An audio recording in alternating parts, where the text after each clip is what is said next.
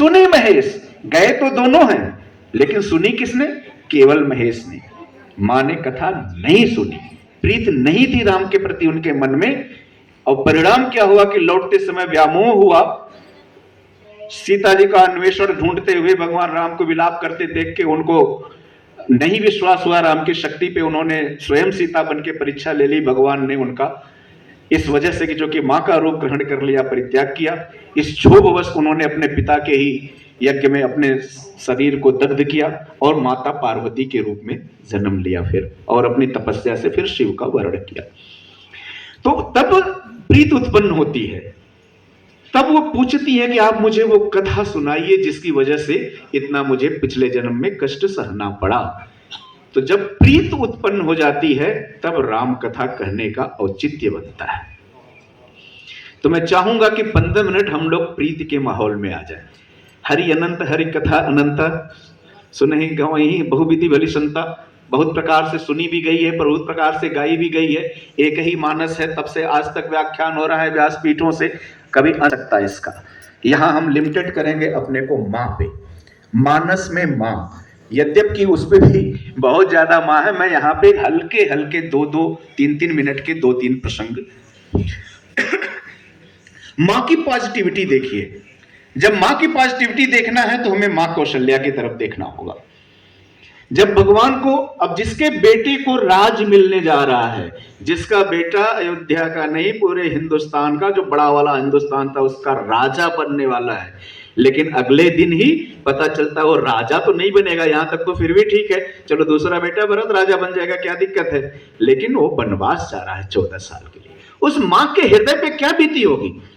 लेकिन जब भगवान चरण छूने और अनुमति लेने जाते हैं तो माता कौशल्या का वहां जो है कहती हैं कि जो इस एक चौपाई पर, जो लोग केवल एक चौपाई का अर्धखंड सुन के गोस्वामी जी से नफरत करती हैं कुछ माताएं कि वो क्या क्या नारी को कह दिया गोस्वामी जी ने, उनको इस लाइन पे ध्यान देना होगा। जो केवल पितवा यसुताता, किस प्रकार पुरुष से, पिता से बड़ी मां है, पुरुष से बड़ी नारी है, इसके लिए इस चौपाई पे पूरा मानस निछावर किया जा सकता है। माता कौशल्या ने भगवान राम से कहा कि जो केवल पितुआयस्ता था तो जिन जाओ जानी बड़ी माता।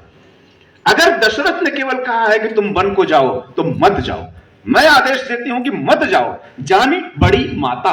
पिता के ऊपर मां बड़ी है। पिता के वचन को कोई मिटा सकता है तो मां मिटा सकती है, लेकिन जो पितु मातु कहे वो बन जाना। अगर दशरथ के साथ माता कैकेयी ने भी कहा है कि वन को जाओ तो कानन सत अवध समाना, तो तुम्हारे लिए जंगल ही सैकड़ों अवध के समान है। तुम अभी जाओ, निकल जाओ। ये है माँ, ये है हिंदुस्तानी माँ, ये हमारे आध्यात्मिक माँ है। और अब दूसरी माँ पे दो लाइनें। दूसरी वाली सुमित्रा, जिनका बहुत ज्यादा वर्णन नहीं मिलता कहीं, बहुत इतना ही वर्णन है ये पूरे मानस में जो मैं यहां बताने जाऊंगा। जब भगवान राम को वनवास होता है, भगवान लक्ष्मण को पता चलता है शेषनाग के अवतार है, भगवान की सेवा के लिए आए हैं, तो वो तुरंत जाते हैं और कहते हैं मैं भी चलूंगा। वो अलग कहानी है, पूरा जिद होकर के फिर मान लिया जाता है अच्छा तुम भी चलो। अब लक्ष्मण जाते हैं माता सुमित्रा से अनुमति लेने कि मां जो है मैं जाऊं कि ना जाऊं, मेरा तो पूरी इच्छा है। भाई से भी अनुमति ले ली है, बस आप मां है, आपसे अनुमति लेना ही है मुझे। तो उनका क्या कथन है, चलो राम को तो वनवास मिला था, माता कैकेयी ने उनको कहा कि तुम जाओ, लक्ष्मण को तो नहीं कहा था। आधुनिक माता होती तो कहती तुम काहे को जाएगा भैया, बड़ा अच्छा चांस है, ये जाएंगे तुम्हारे राजा बनने के भी चांस बनेंगे यहां।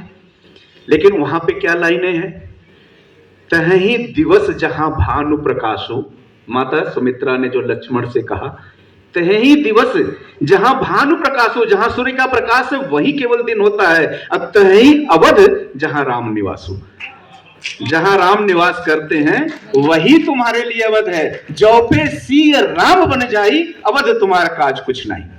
अगर राम बन को जा रहे हैं तो तुम क्या करोगे अयोध्या में।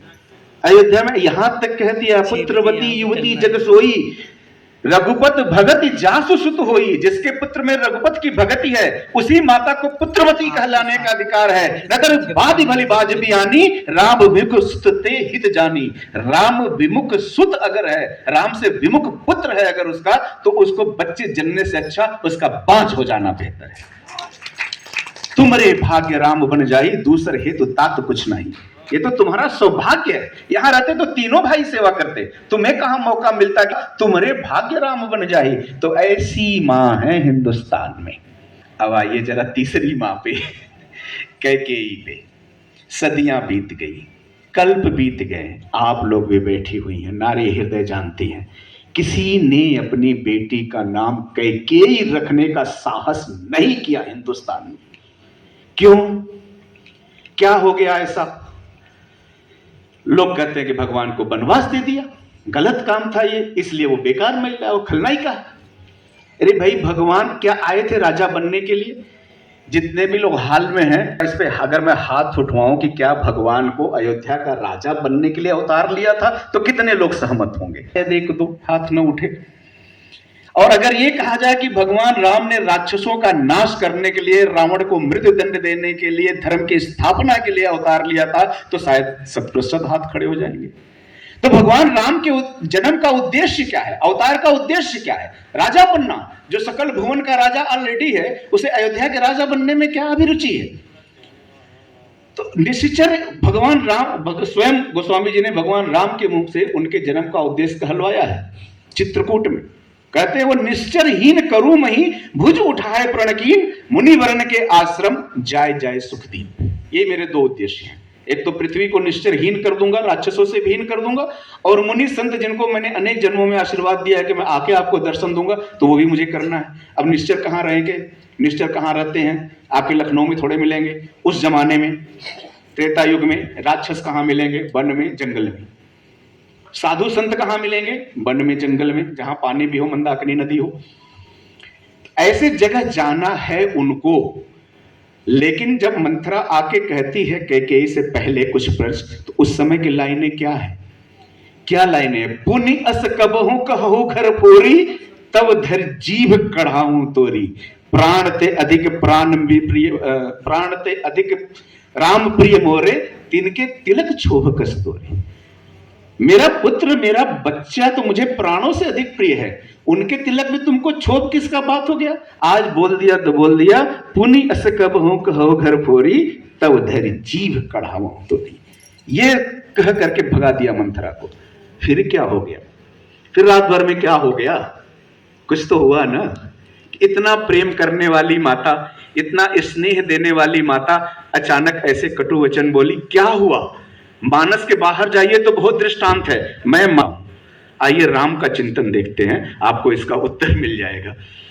भगवान राम को जब पता चलता है कि मेरा कल राज तिलक होने वाला, पहले जमाने के राजा